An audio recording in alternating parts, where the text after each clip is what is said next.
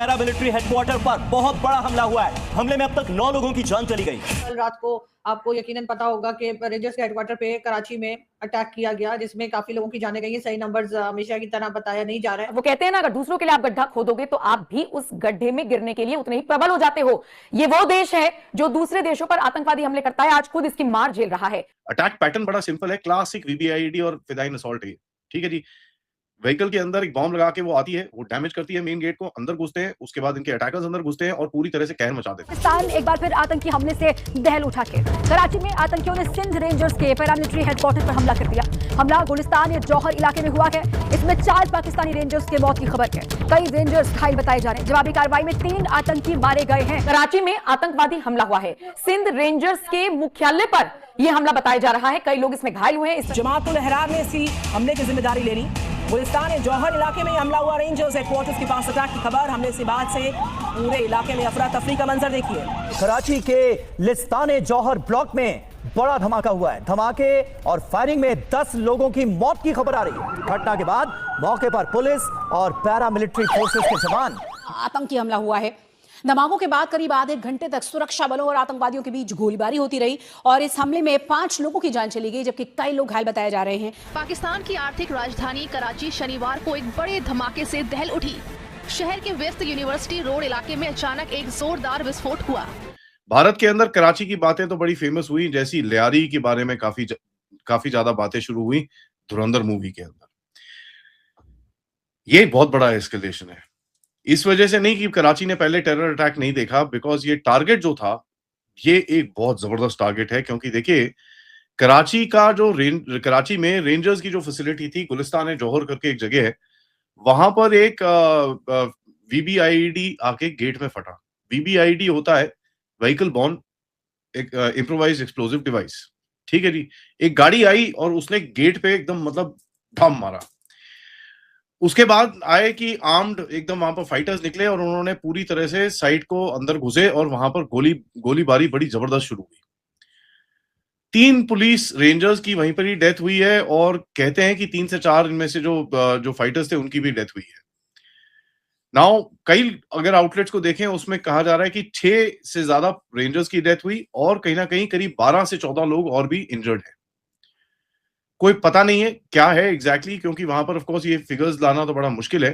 Having said that, समझ में तो ये आता है कि 4-6 कम से कम वहां पर इनकी रेंजर्स की वहां पर डेथ हुई होगी। कम से कम 10-12-15 तो वहां पर इंजर्ड हुए होंगे, क्योंकि ये अटैक बहुत बड़ा है।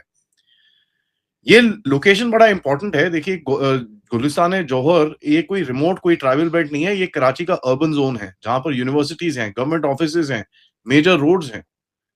This means the attackers were not trying to hit the post, it was trying to create a spectacle कि भाई पूरे देश में, पूरी दुनिया में ये जाए कि देखो जी, इनके कराची के अंदर कुछ नहीं कर सकते ये हमारा। एंड देखिए, किसने करा उसके बारे में बात करता हूं मैं, बट ये जिस तरह से अटैक किया गया है, इसी तरह के अटैक्स होते हैं पाकिस्तान के केपीके के अंदर। पहले क्या होता है कि एक आईडी फटेगा इनके गेट के ऊपर, या इनका जो कैंप वैम्प होता है उसके गेट के ऊपर एक आईडी फटेगा। उसके बाद बंदे उतरेंगे, बंदे गोली चलाएंगे, वहां पर इनको पूरा मारेंगे। They will capture that place. उसके बाद वहां पर फाइट चलेगी। फाइनली वो जितने भी लोग अटैकर्स होते हैं वो मारे जाते हैं, but it creates a huge झटका।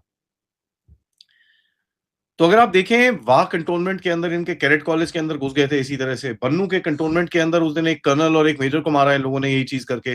सो देव गॉट दिस पर्टिकुलर टैक्टिक एकदम पूरी तरह से सॉर्टेड है। एंड पाकिस्तान की जो सिक्योरिटी प्रिपेयर्डनेस है इस टैक्टिक को नहीं संभाल पाती। अटैक पैटर्न बड़ा सिंपल है, क्लासिक वीबीआईडी और फिदाइन असॉल्ट है।